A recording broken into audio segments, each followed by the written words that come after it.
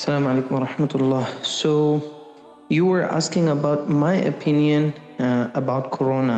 So, what can I say about Corona? Rather, I would prefer to elaborate that in Urdu because Urdu is more convenient and relaxable for me.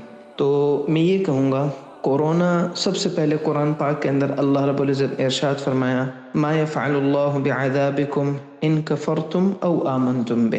اللہ رب العزت کو کیا مل جائے گا تمہیں عذاب دے کر، تم چاہے ایمان لاؤ چاہے تم کفر کرو. تو ہمارا ایمان لانے سے اللہ کو فائدہ نہیں، ہمارا کفر کرنے سے یا گناہ کرنے سے، اللہ کی نافرمانی کرنے سے اللہ کا نقصان کوئی نہیں. لیکن دنیا کا نظام ایک رول کے تحت چلے گا.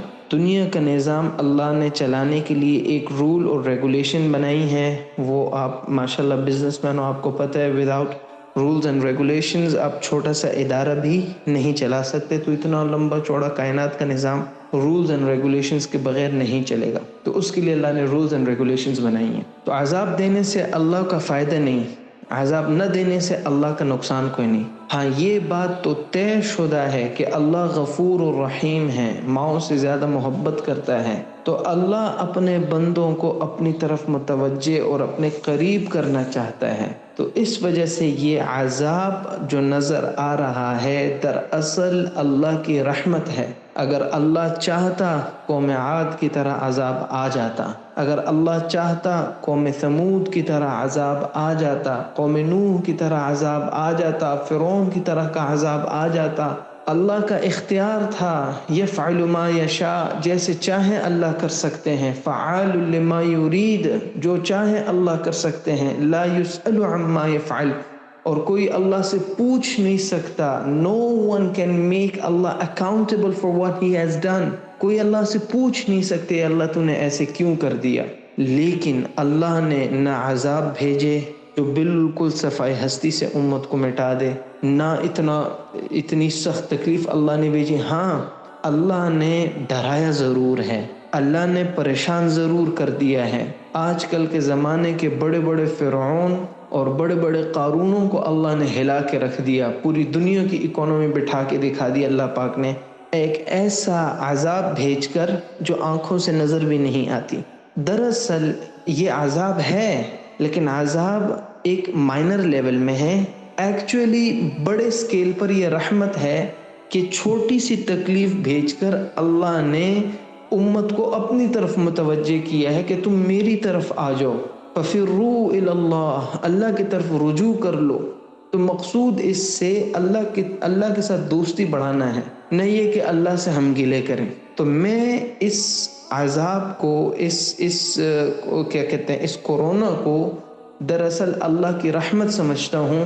اگر ہمیں موت آئی، مومنین نیک صالح لوگ اس میں مارے گئے، ٹھیک ہے، تو ہم تو نیکی تو ہمارے پاس نہیں ہے، لیکن اتنا ضرور ہے کہ دل الحمدللہ اس بات میں مطمئن ہے کہ اللہ ہمارا رب ہے، وحدہ لا شریک ہے، اور محمد صلی اللہ علیہ وسلم ہمارے آخری رسول ہیں اور نبی ہیں. عمل اگرچہ ہمارے پاس کوئی نہیں، اگر ہمیں موت آ گئی تو ان گواہیوں کے بنا پر اللہ کی ذات سے امید ہے کہ ہمیں وہ فضائل ملیں گے جو اللہ کے نبی نے فرمایا ہے. ٹھیک ہے، وبا کی موت میں جو مارا گیا، شہادت کی موت ہے، وہ ہمیں ملے گا، ٹھیک ہے، اور ہم اس کے امید رکھتے ہیں. لیکن اگر موت نہیں آئی تو اللہ نے یہ تکلیف بھیجی اس لیے کہ ہم اللہ کی طرف متوجہ ہوں. تو آئی ٹیک کورونا ایز اللہ's رحمت، اور پارشلی یہ تکلیف دہ رحمت ہے، درد والی رحمت ہے. ہمارے ایک استاد جی دعا کرتے تھے، اے اللہ بیماری بھی تیری نعمت ہے، صحت بھی تیری نعمت ہے، لیکن اے اللہ بیماری والی نعمت سے درد ہوتا ہے تو ڈر لگتا ہے، صحت والی نعمت میں راحت ہے تو وہ اچھی لگتی ہے. اے اللہ بیماری والی نعمت کو اپنی صحت والی نعمت کے ساتھ مبدل فرما. تو اے اللہ کورونا تیری طرف سے آزمائش ہے، رحمت ہے، لیکن اس میں تھوڑا سا ڈر لگتا ہے، تھوڑا سا درد ہوتا ہے. تو اے اللہ اپنی اس رحمت کو اپنی نعمتوں والی رحمت کے ساتھ بدل دے. اور دوسری جگہ اللہ نے یہ بھی ارشاد فرمایا فَإِنَّ مَعَ الْعُسْرِ يُسْرًا إِنَّ مَعَ الْعُسْرِ يُسْرًا. ایک عرب شاعر نے ان آیات کو خوبصورت طریقے سے اس کی تشریح کی ہے اذا اشتدت بک البلوى ففکر فی الم نشرح، جب کبھی آپ کے اوپر مصیبت سخت ہو جائے تو سورہ الم نشرح کے اندر غور کر لینا. فعسر بین یسرین اذا فکرتہ فافرح، تو تمہیں یقین ہو جائے گا، پتہ چل جائے گا کہ ہر سختی، پریشانی، تنگی، مصیبت، وبا دو نعمتوں، راحتوں کے درمیان ہوتی ہے. کیا مطلب کہ نعمتیں اللہ کی فی الحال موقوف ہو گئیں اور تھوڑی سی تکلیف آ گئی تو یہ تکلیف نکل جائے گی، یہ دن گزر جائیں گے، اور اس کے فوراً بعد دوبارہ اللہ کی طرف سے رحمتیں اور راحتیں اور سہولتیں آنے والی ہیں. میں یہ بات بتانی آپ کو بھول گیا کہ میں نے پہلے آپ سے جو ویڈیوز اور آڈیوز شیئر کی تھیں ان کی وجہ یہ تھی کہ یہ کوئی پہلی دفعہ نہیں ہے کہ اللہ کی طرف سے کوئی پکڑ، کوئی آزمائش، کوئی عذاب عمومی طور پر امت کے اوپر آیا ہو. اس سے پہلے بھی کئی دفعہ اس طرح ہو چکا ہے. تاریخ گواہ ہے کہ مسلمانوں کے ساتھ کئی دفعہ اس طرح ہوا، جب مسلمان ہی آپس میں ظالم بنے اور جب مسلمان ہی مسلمانوں کا خون چوسنے لگے تو اللہ رب العزت نے ان کے اوپر بڑے ظالموں کو مسلط کر دیا.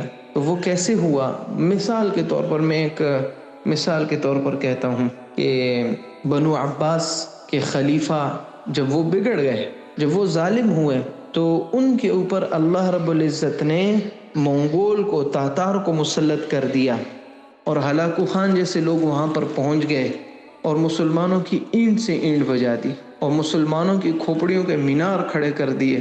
یہ اللہ کی طرف سے آزمائش تھی. یہاں تک کتابوں میں لکھا آتا ہے کہ جب محاصرہ ہوا بغداد کا تو آواز آئی کہ ان کو قتل کرو، ان ظالموں کو، کہ جنود اللہ، اللہ کے لشکر تمہارے ساتھ ہیں کافروں کے ساتھ. کافروں کی طرف سے مسلمانوں کے خلاف مدد آئی ہے. کیوں؟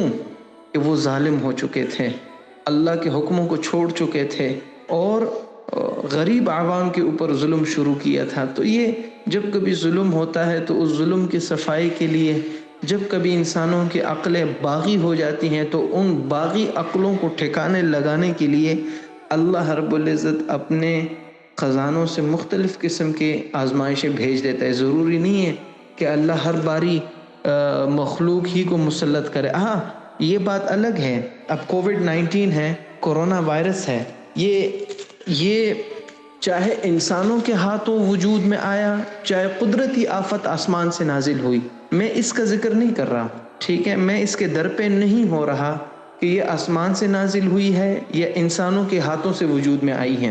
جو بھی ہے امر اللہ کا ہے. جیسے اللہ نے پہلے کیا، کبھی اللہ نے مخلوق کو مخلوق پر مسلط کر کے اپنے عذاب کا اظہار فرمایا، اپنی ناراضگی کا اظہار فرمایا اور اپنی چاہت کا اظہار فرمایا کہ میری طرف رجوع کر لو. یا پھر کبھی اللہ پاک نے آسمان سے ہی کوئی مخلوق بھیج دی، جیسے قوم سمود کو ہلاک کرنے کے لیے اللہ رب العزت نے چیخ بھیجی، فرشتوں کو استعمال کیا. قوم عاد کو ہلاک کرنے کے لیے اللہ نے ہوا بھیجی، اپنے خزانوں کو استعمال کیا. اسی طرح ابابیل کو اللہ نے بھیجا اصحاب فیل کے خلاف. تو مختلف زمانوں میں، لیکن بعد میں پھر کیا ہوا؟ جب مسلمان ظالم ہوئے تو ان کے اوپر اللہ نے منگول کو بھیج دیا ظالم بنا کر. تو یہ اللہ کی طرف سے چلتا رہتا ہے، یہ سلسلہ معاملہ ہے.